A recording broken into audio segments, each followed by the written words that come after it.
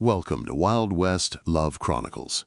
This time, I'm going to share a story that is both deeply touching and incredibly gripping. Let's listen closely and dive into the heart of the tale together. The sun had barely lifted above the low hills that wrapped around the town of Calico Ridge when Silas Beckett tied his old gelding to the hitching post outside the auction barn. Dust clung to his boots like it was stitched there, and every step scraped the parched ground with the sound of tired leather. He moved slow, not because of age, though he had plenty of that, but because there was no reason to move fast anymore. Time hadn't meant much since Mary died. Time just hung in the air like the dry heat, always there, never moving. Inside, the auction was already underway, the voices sharp and fast, the crowd small and disinterested.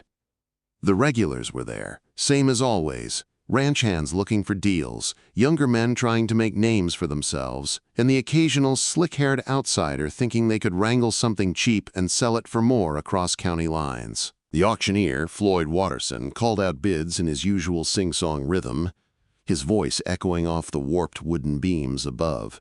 But even he sounded tired today. Silas nodded to no one, kept to himself in the shadows near the rear wall, leaning against a post worn smooth from years of men just like him, standing with arms crossed, watching the world go by.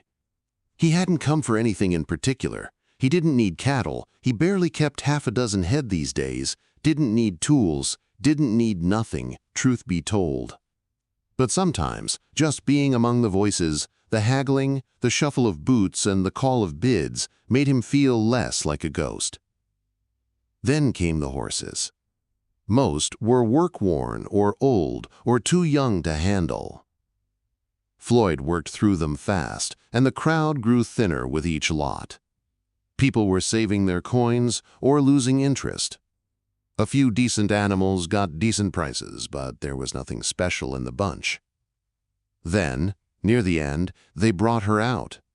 She didn't have a name, not on the sheet. Just a number. Number 47. The stable hand led her out slow, and she stumbled once on the rise from the corral to the ring.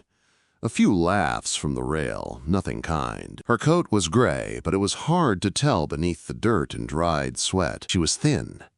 Too thin, with ribs showing clear and the kind of hips that spoke of weeks, maybe months without proper feed. Her mane was tangled, her tail half gone, likely chewed off by other horses or snagged in fences she wasn't meant to cross.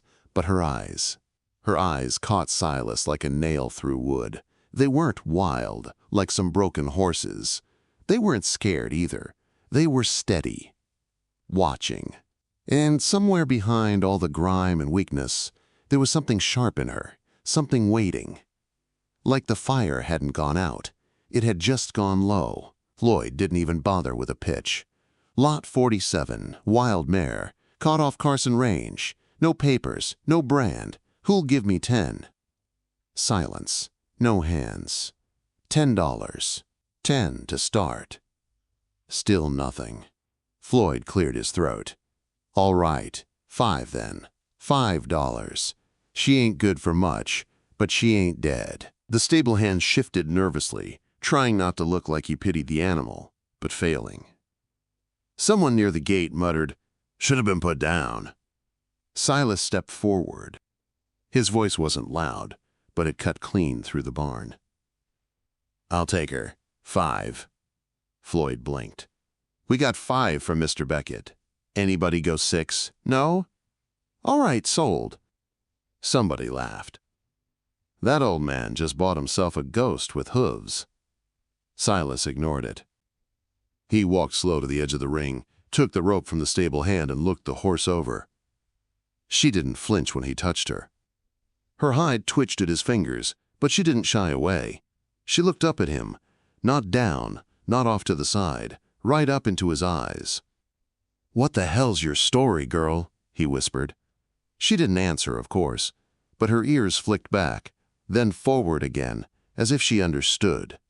Outside, the wind had picked up. It blew down the dirt street in lazy gusts, pushing tumbleweeds and dust across the path like forgotten memories. Silas untied his gelding, led both horses with a quiet patience down the road toward his ranch. He could feel the stares behind him, some mocking, some curious. He didn't look back. The ride home was slow, mostly because he didn't want to push the Mustang too hard. She walked with a limp in the rear left, but it wasn't bad. More weakness than injury. He named her before they reached the gate. Ashen. The name came without thinking, like it was whispered on the wind itself. The Beckett ranch wasn't much anymore. Just a two-room house, a collapsing barn, a rusted windmill that sometimes still creaked when it caught a good breeze. The fields were overgrown, fences needing mending. But it was home, and Ashen stepped through the gate without resistance. He gave her water first, clean, cold from the pump, and she drank it like she'd been lost in the desert. Then oats, softened with a bit of molasses. She didn't hesitate.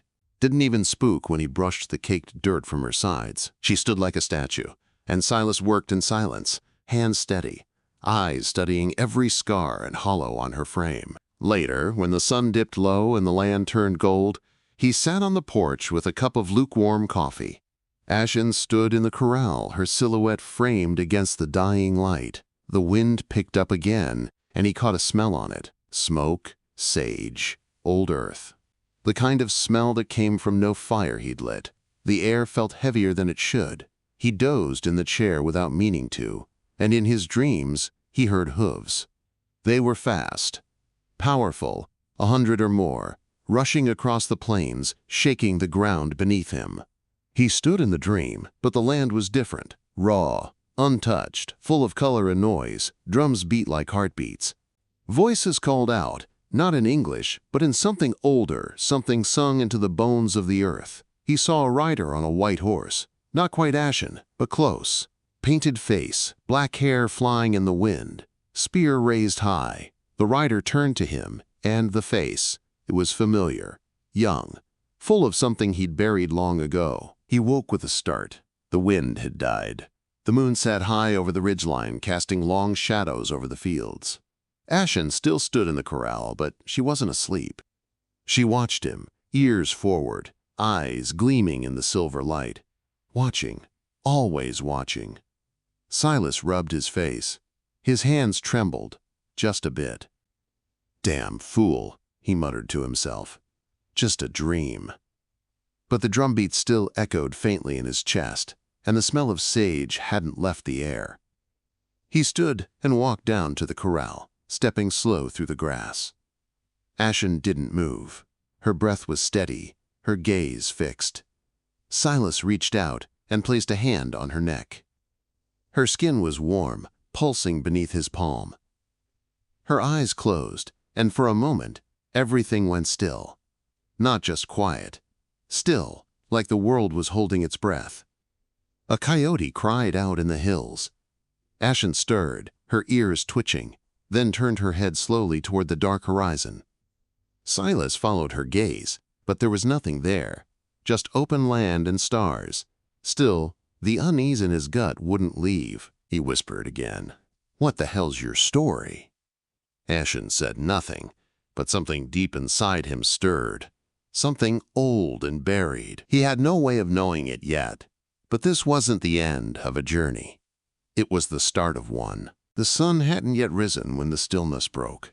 A low tremor rolled through the earth like a whisper too heavy to lift itself into sound. Silas Beckett sat up in his bed, heartbeat slow but aware, as if something in him remembered a kind of alarm that no longer had a name.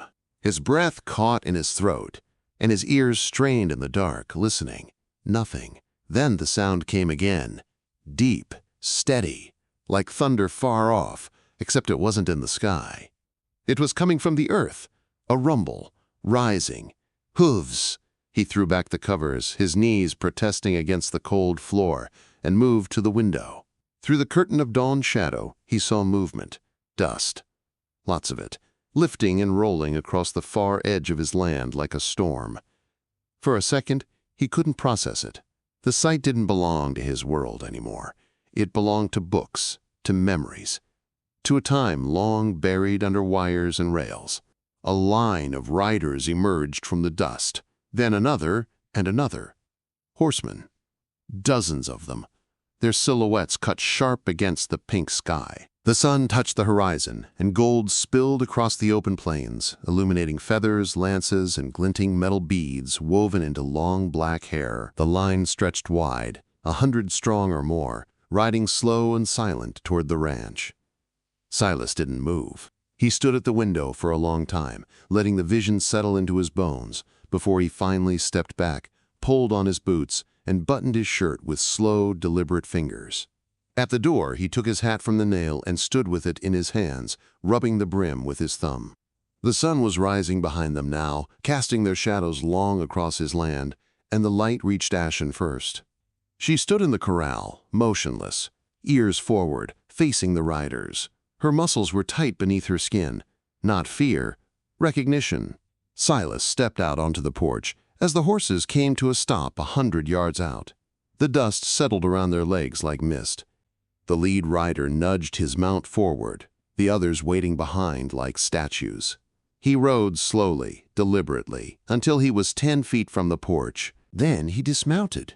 The man stood tall, taller than Silas remembered people being. His shoulders were broad, and his hair was streaked with iron gray, braided tight with beads and feathers. He wore a bone chestplate and carried no rifle, no visible weapon, only a long staff wrapped in cloth and eagle feathers.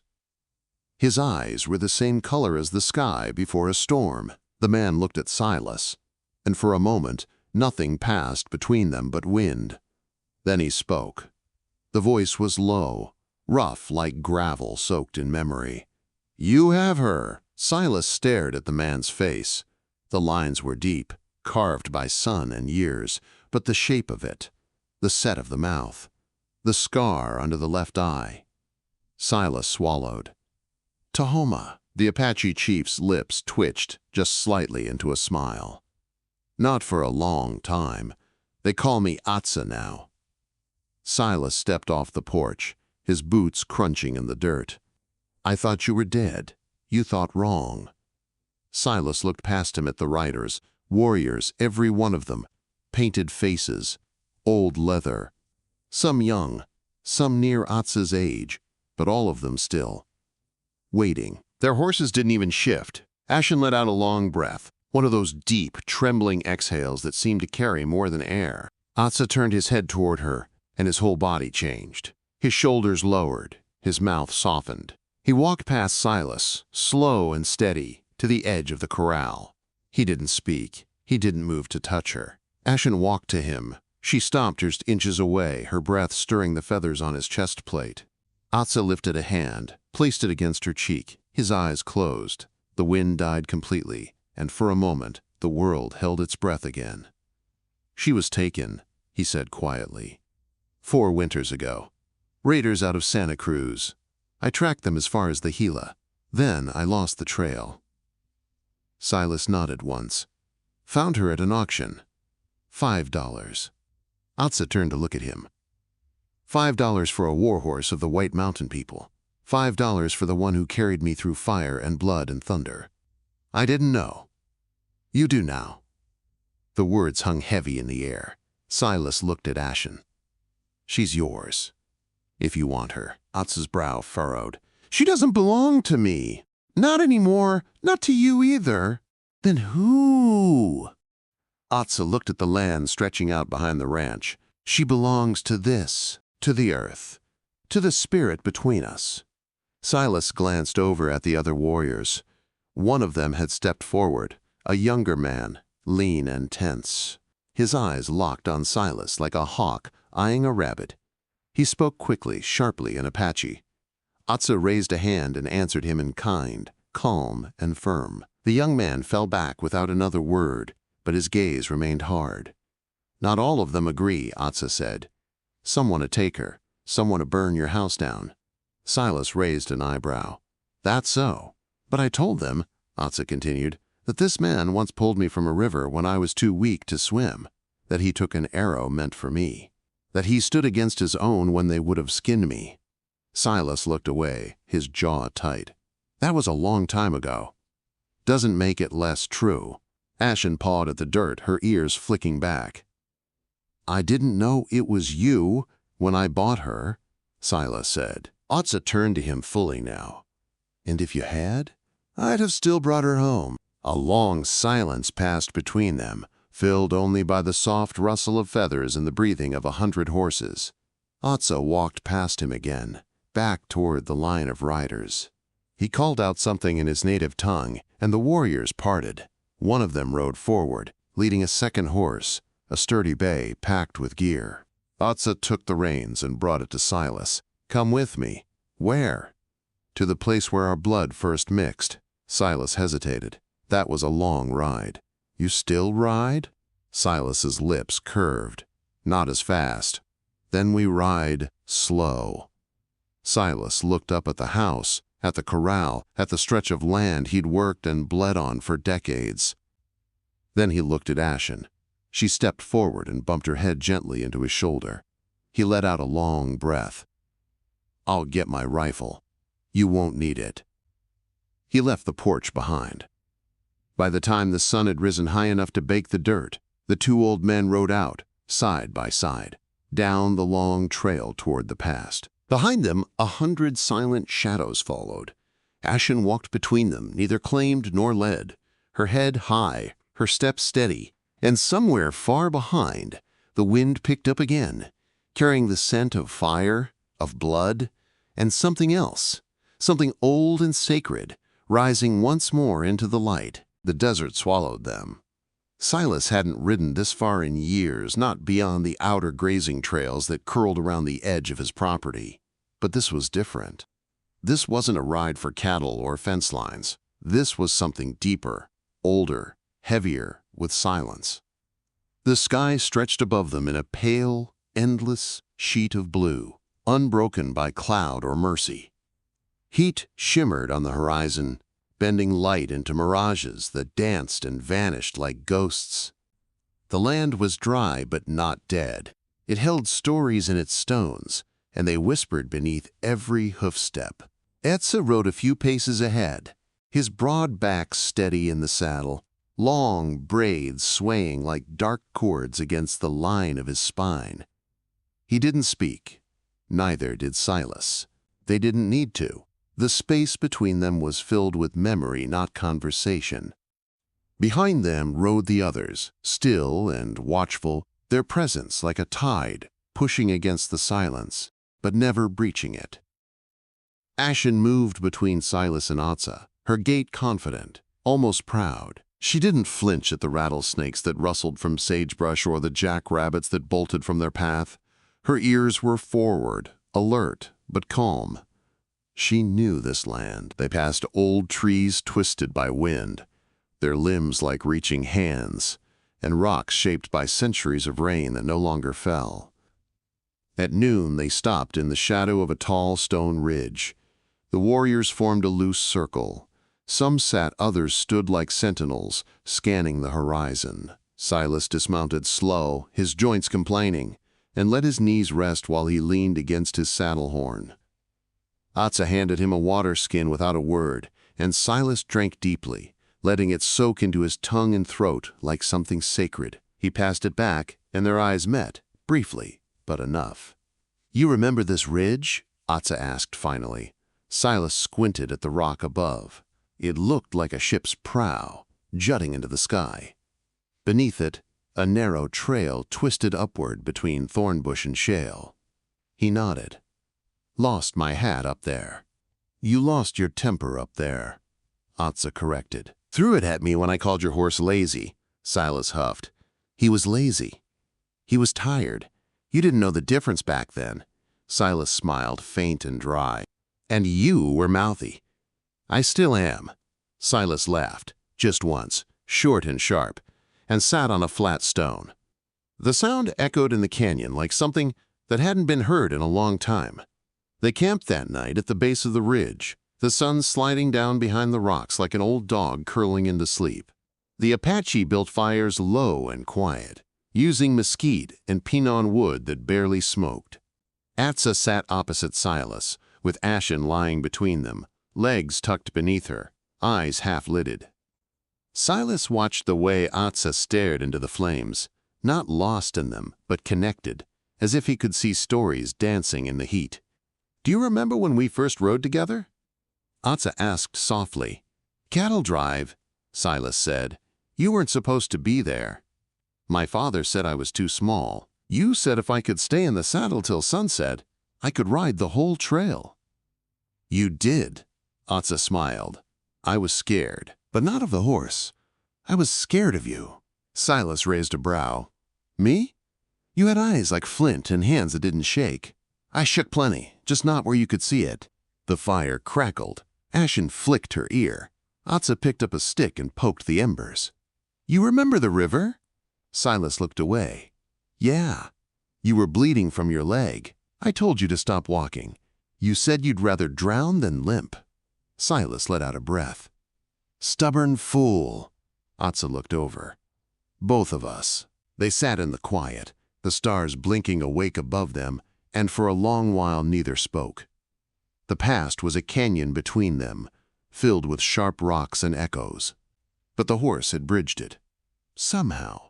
In the morning they rose early and climbed the ridge. The trail was narrow and steep, forcing them to ride single file.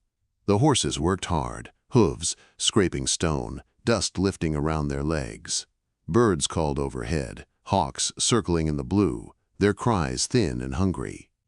At the top, the view opened wide, and Silas felt something catch in his chest. The valley stretched before them, untouched, golden with dry grass rimmed by cottonwoods and dark red cliffs. A small creek ran like a silver vein through its heart. It looked exactly the same. This place, Atsa said, voice low, is where we made the pact. Silas nodded. He remembered the cut on his palm, the sting of the knife.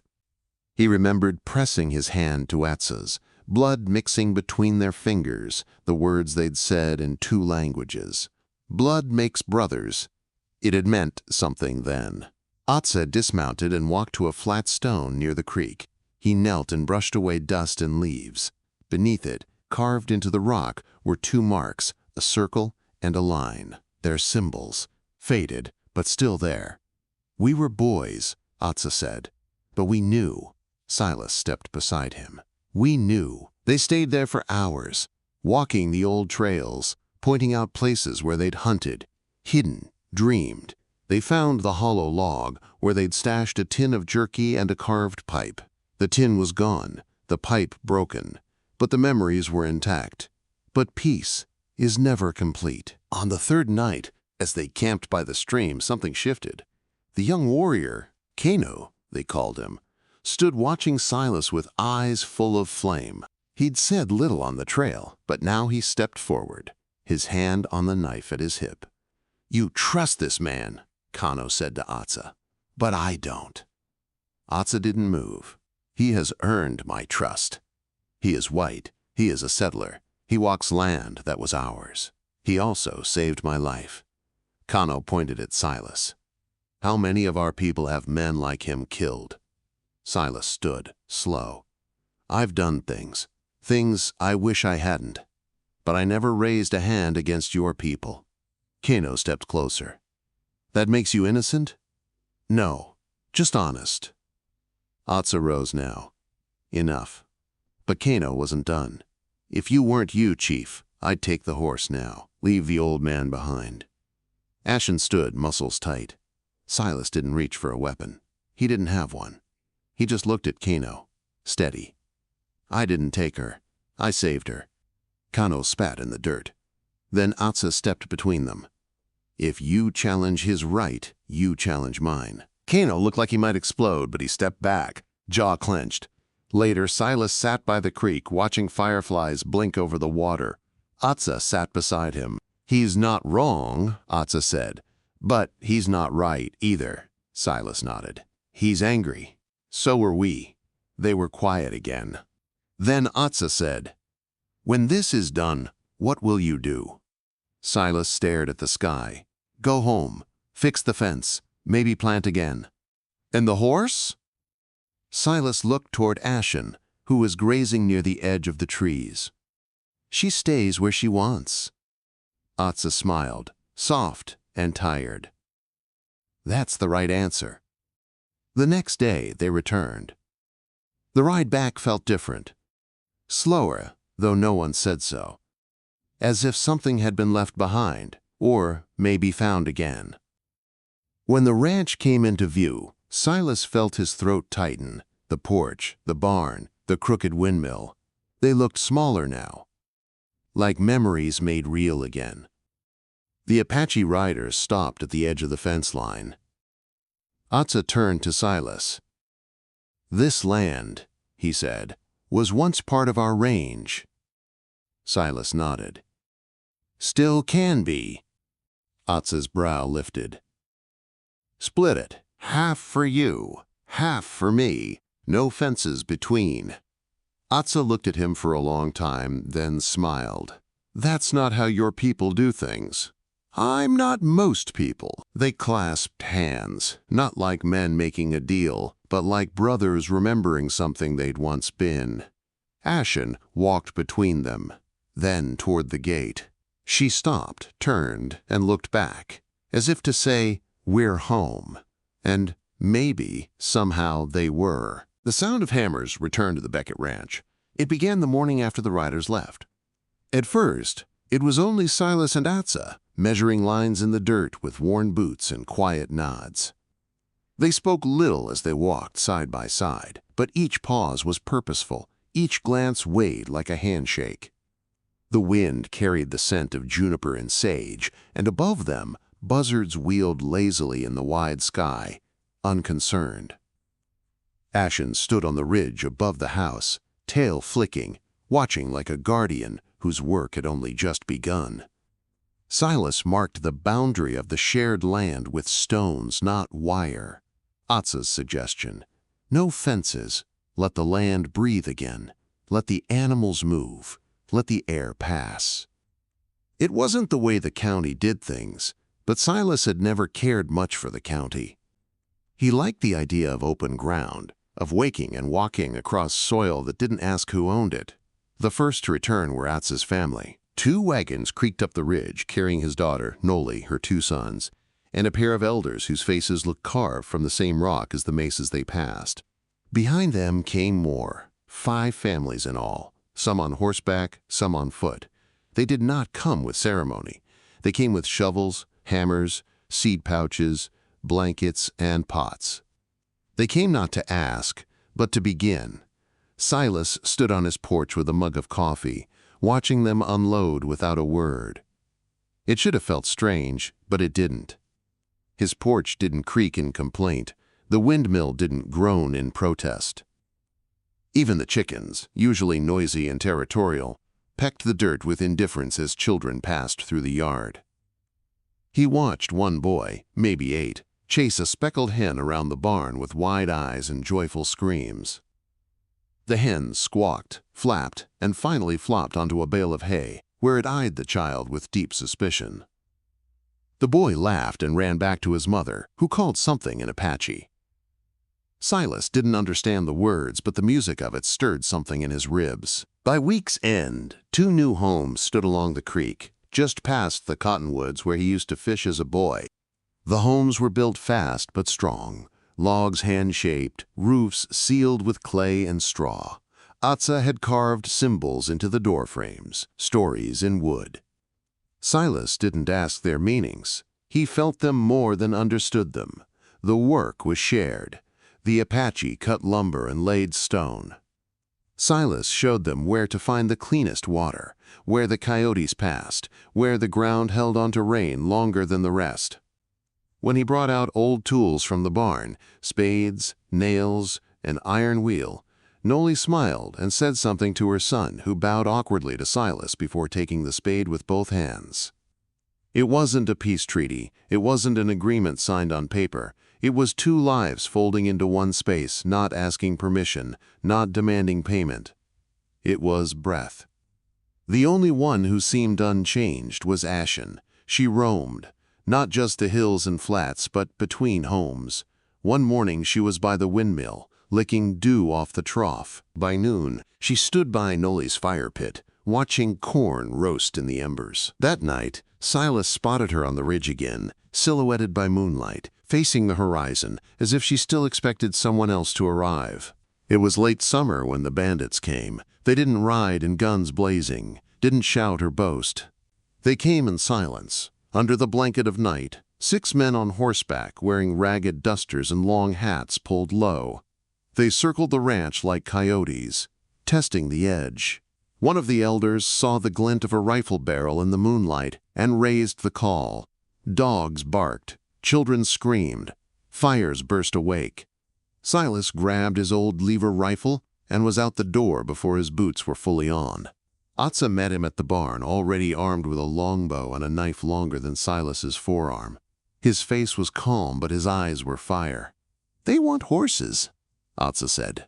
"They're not getting Ashen," Silas replied. "They're not getting anything." They moved like old soldiers, slipping between shadows, calling out positions with hand signals and sharp whistles. The warriors flanked west.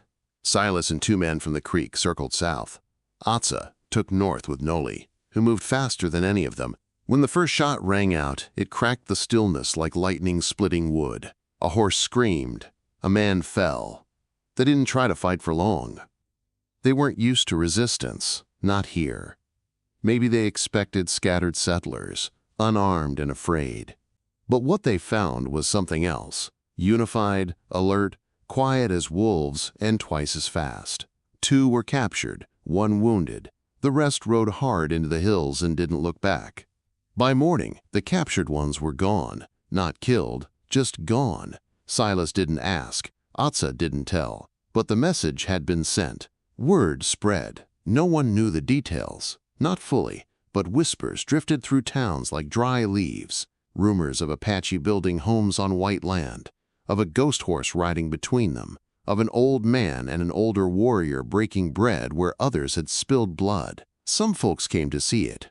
Most came and left. A few stayed. The preacher rode up one Sunday, all fire and brimstone, talking about law and division and the Lord's intent.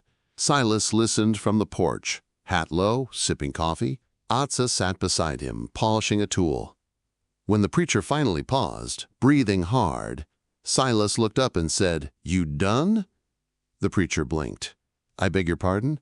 "This is Apache land," Silas said, "and mine. We don't need saving. But the word is yours, not ours. We're good here." The preacher left with more dust than souls. Through autumn, the work continued. Atza and Silas built a new smokehouse, combining the clay oven design of the Apache with the dry curing racks Silas's father had used. It worked better than either expected. The meat stayed longer, richer in flavor. When they shared the jerky at a town meet, the mayor offered to buy some for winter stores. Atza shook his head. "We trade, not sell." The mayor, unsure how to respond, offered seeds and blankets. Atza agreed. And just like that, a market was born, not of coin, but exchange. They held feasts, not often, but enough. Deer roasted over mesquite, corn baked in clay, bread from Silas's oven, hard crusted and warm inside. Laughter rose louder each time. The children danced in circles around Ashen, who stood in the firelight like a creature from another world. And in all this, Silas felt something shift. His mornings changed. He no longer woke with silence pressing on him like a stone. Instead, he heard voices. Noli teaching her boys to weave, Atza singing low songs to the wind, hammers striking wood in rhythm. He heard life. And at night, when he stood on the porch alone, he didn't feel the weight of Mary's absence quite so heavily. Her memory sat beside him, not as a ghost, but as a blessing. Atza joined him often now, bringing tobacco wrapped in cloth, hand-rolled and sweet. They smoked in silence, watching the stars. "She would have liked this," Silas said one night. Atza nodded. "She had kind eyes. She had a hard life. I made it harder sometimes. You gave her land, a home. I gave her fences and drought." Atza looked at him.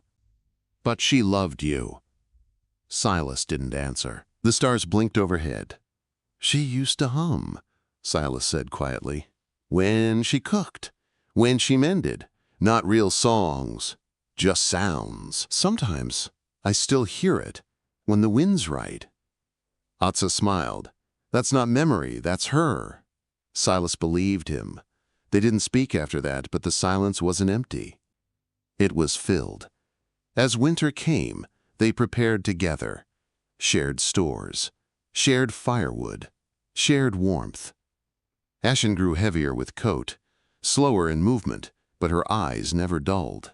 She walked less, but stood longer near the creek, drinking deeply, staring into the trees like they were calling her name.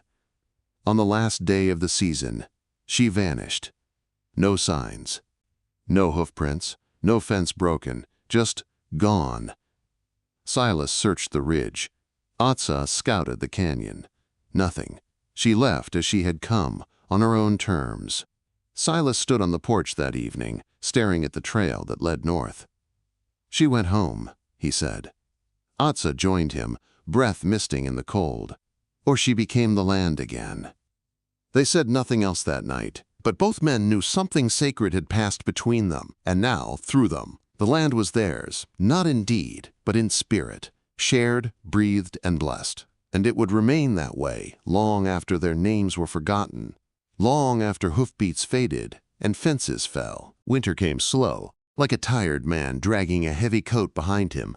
The frost didn't arrive with fanfare or storm. It crept in quietly through the cracks in windows, through the knots in old wood, through the silence between words spoken beside the fire. By the time the snow touched down on the Beckett ranch, it fell gently, not in sheets but in feathers, a light dusting that turned the red earth pale, and the fence posts white along the tops like icing. Silas Beckett rose early, same as he always had, before the sky even began its turning. His joints ached more than usual. The cold made every motion slower, but not difficult, just deliberate. He boiled water, poured it over grounds that smelled like the mornings Mary used to hum through. The sound had faded from the wind lately. He noticed its absence the way a man notices when a barn door is ajar or a tool left out in the rain. Not dangerous, just wrong. But he didn't say so out loud. Outside, the ranch looked like a painting left out in the weather, worn at the edges, but still holding its shape. Smoke curled from both chimneys now, his and Atsa's. Between them, the land lay bare, no fences, no signs. The old path between the two homes had been worn smooth by boots, bare feet, and the paws of pups, chasing after giggling children who never cared whose side they were on. Atsa walked the trail just after dawn. He didn't ride anymore. His horse, like Ashen, had gone off into the hills the winter before. Neither man spoke of it, not because it hurt, but because some things are meant to pass without ceremony. Atsa's steps were slow, but balanced. He carried a basket with smoked meat and a cloth-wrapped jar of cedar tea. Silas met him at the porch with a nod, opened the door without a word, and they sat by the stove while the light grew in the east. It had become a rhythm, not tradition, not obligation, just something they did. Atsa poured the tea, steam curling from the rim, sweet and earthy. Silas passed him a wooden plate, worn smooth from years of breakfast. They ate together, like two old trees sharing the same patch of sun, comfortable in their silence. "I dreamed of her," Atsa said finally. Silas didn't ask who. "She stood by the stream," Atsa continued, eyes on the stove's flame. "Snow falling all around, not touching her, just falling. And she looked at me like she'd been waiting." Silas took a breath, let it out slow. "What'd she say?" "She didn't speak. She just turned and walked into the water." They sat with that. Outside, the wind shifted. Later that week, the youngest of Noli's sons found a skeleton near the ridge. Not fresh. Not complete. Half buried in snow and brush, picked clean by seasons of weather and tooth. But they knew the curve of the skull, the thinness of the legs. No horses had gone missing that year, or the year before. Noli gathered the children and led them up the trail. They sang soft songs in a language Silas still couldn't understand, but one that felt like it belonged in the trees. Atsa followed behind them with a staff in hand, his steps slow, the children flanking him like honor guards. Silas came last, holding a small wooden carving he'd made in secret over the winter. An image of Ashen, rearing high, eyes carved with fire and wind. They buried her beneath a cedar tree. The ground was hard, but not frozen. The boys took turns digging. The girls wove grass wreaths, layered with feathers and dried flowers. When they lowered the bones, Atsa spoke not with grandeur but with gravity, words falling like snow into stillness. She carried 2 nations on her back, he said. She carried them into battle. She carried them into peace. She walked between. Silas stepped forward, placed the carving gently among the bones, then stepped back again. And that was it. No guns fired, no horns, just wind. Spring thawed the land, and with it, the people began planting again. Corn, beans, squash, seeds passed from mother to daughter, from one earthwalker to the next. Silas tried planting tomatoes again. They took poorly at first, but with help from Noli's sons, they grew strong by June. He taught the boys how to prune the vines, how to spot when a fruit was ready without bruising it. They listened like they were learning to light fire from stone. Atsa spent most of his days now carving. His hands shook, but the lines he etched into bone and wood were still sure, still sacred. He gave one to Silas one evening without a word. An eagle, wings spread wide, with a Mustang curled in the shadow beneath it. Silas held it in his palm like a fragile truth. He never asked how long it had taken. That summer was the greenest the valley had seen in years. Rain came often, not in floods, but in long, steady curtains. The creek rose, the cottonwoods thrived. Even the bees returned, humming lazily over the blossoms that lined the shared path. Then, without warning, Atsa fell ill. It came like fog, soft at first, barely seen. He moved slower, spoke less. His laughter faded. His appetite left him. He stopped visiting in the mornings. When Silas finally went to check, he found him wrapped in blankets, fire low, eyes open but distant. "It's time," Atsa said. "No," Silas answered. "It's just weather. You'll shake it." Atsa smiled. "We both know better." Silas sat beside the bed, hands clenched, jaw tight. The room was quiet, save for the crackle of dying wood and the creak of beams above. Outside, the birds had gone still. "Do me one favor," Atsa whispered. "Anything. Bury me near her." Silas's throat closed, but he nodded. "You'll be beside her, under that cedar tree." Atsa closed his eyes. That night, Silas didn't sleep. He stoked the fire. He wiped Atsa's brow. He muttered stories from their youth, half-remembered tales of rivers and ridges, of chasing wild cattle and sneaking into dances they weren't supposed to be at. Atsa didn't speak, but Silas swore he smiled once, just faintly as the sun cracked the sky.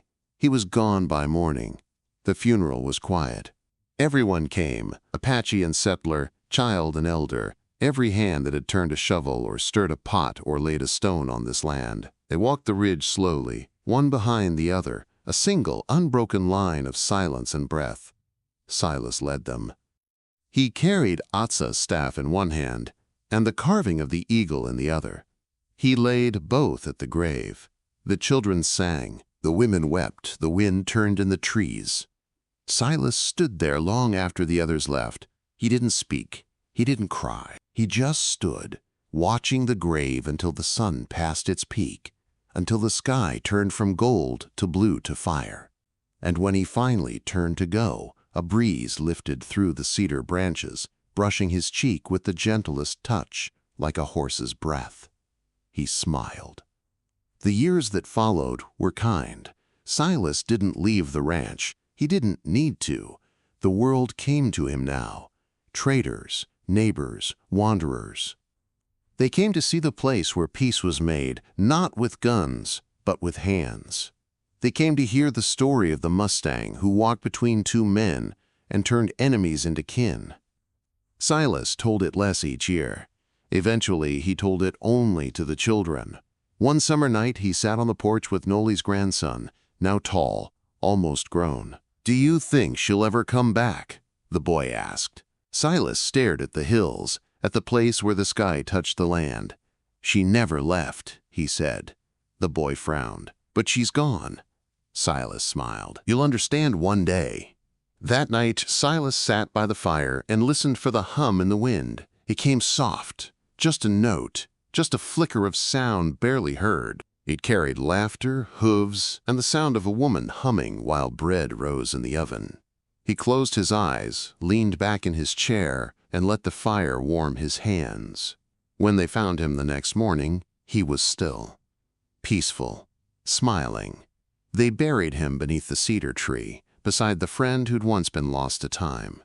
No stones, no names. Just two wooden carvings side by side, an eagle and a Mustang, facing the dawn forever. Some stories aren't written in books, but carved into the land, carried on the wind, and whispered through the hooves of a horse that walks between worlds. This was not just a tale of a rancher and a chief. It was the journey of two souls finding each other again, long after war, loss, and time tried to keep them apart. And sometimes peace isn't forged with treaties, but with silence, shared bread, and a Mustang that never truly belonged to one man alone. If this story stirred something in you, if you felt the dust, the firelight, and the heartbeat of the land, then subscribe to Wild West Love Chronicles. Here, legends live again. Don't miss the next tale of love, loyalty, and the wild spirit that shaped the untamed West. Your next favorite story is just one ride away.